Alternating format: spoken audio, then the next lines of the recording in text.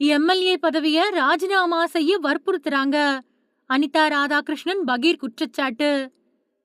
திமுக MLA பதவிய ராஜினாமா செஞ்சுட்டு தாவேகாவுல இணையும்படி வற்புறுத்துறாங்க. நான் ஒத்துக்கல, நான் எப்பவுமே திமுகவுல தான் இருப்பேன் அப்படின்னு கைதான திமுகவோட எம்எல்ஏ அனிதா ராதாகிருஷ்ணன் பரபரப்பான குற்றச்சாட்டை முன் வச்சிருக்காரு. தூத்துக்குடி மாவட்டம் திருச்செந்தூர் சட்டசபை தொகுதியில திமுக சார்பில் போட்டியிட்டு வெற்றி பெற்றவர் தான் அனிதா ராதாகிருஷ்ணன்.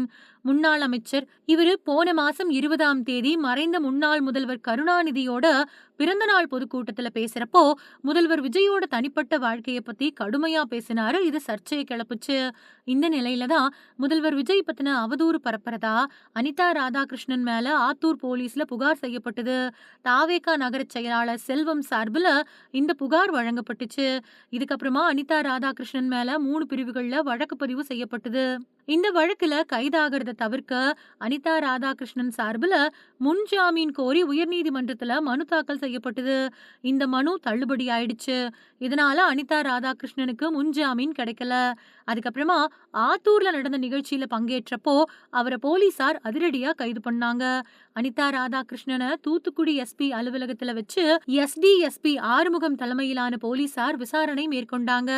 இந்த விசாரணைக்கு பின்னாடி மதியம் நீதிமன்றத்துல ஆஜர்படுத்த அனிதா ராதாகிருஷ்ணனை கூட்டிட்டு போக முயற்சி பண்ணாங்க போலீசார். ஆனா திமுகவினர் எஸ்பி அலுவலகம் முன்னாடி போராட்டத்துல ஈடுபட்டதால அந்த முயற்சி தோல்வி அடைஞ்சிருச்சு. அதுக்கப்புறம் மறுபடியும் அனிதா ராதாகிருஷ்ணனை எஸ்பி அலுவலகத்துக்குள்ள கூட்டிட்டு போய் போலீசார் விசாரணை நடத்தினாங்க. சாயங்காலம் சுமார் 6 மணிக்கு அனிதா ராதாகிருஷ்ணனுக்கு மருத்துவ பரிசோதனை நடத்தி நீதிமன்றத்துல ஆஜராக்க போலீசார் எஸ்பி அலுவலகத்துல இருந்து வெளியே கூட்டிட்டு வந்தாங்க.